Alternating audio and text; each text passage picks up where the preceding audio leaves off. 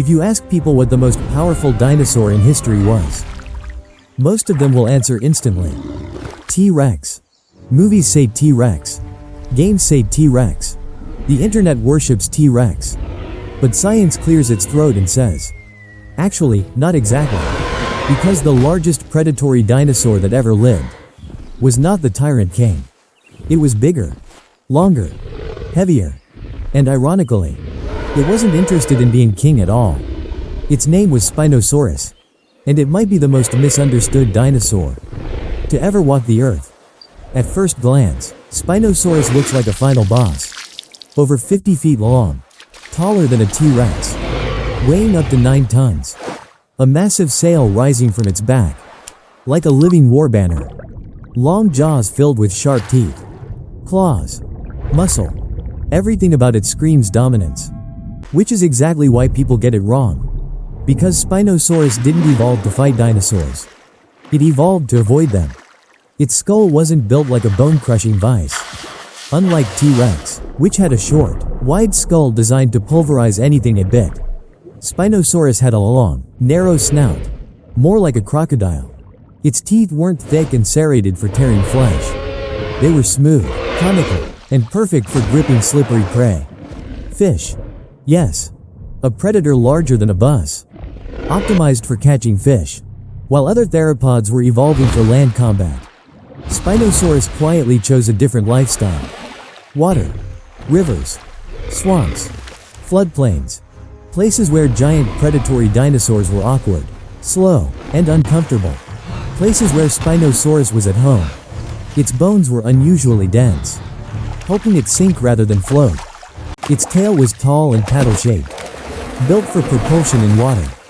Its body proportions weren't ideal for sprinting or sharp turns on land, but perfect for swimming. This wasn't a failure of evolution. It was specialization. While dinosaurs like T-Rex were locked into constant competition, fighting rivals, defending territory, risking injuries that could mean death, Spinosaurus stepped out of the chaos. It didn't need to dominate the land. It didn't need to prove anything.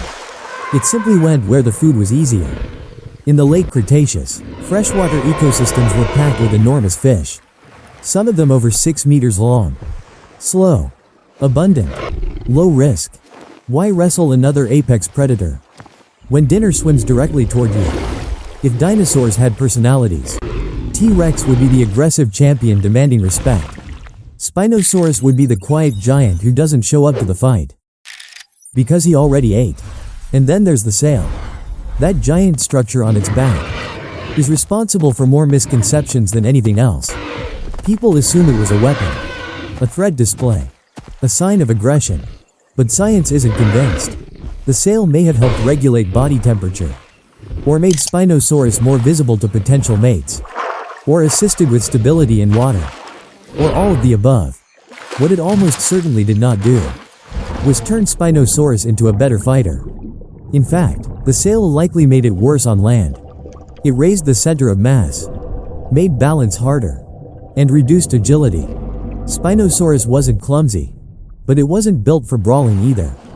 If T-Rex was a heavyweight boxer, Spinosaurus was a professional swimmer wearing hiking boots. That's why the question, who would win, T-Rex or Spinosaurus, misses the point entirely. They weren't rivals. They didn't share the same battlefield. If they encountered each other, it probably looked something like this. T-Rex roars from the shore. Spinosaurus looks up from the water, pauses for a moment, then slowly submerges.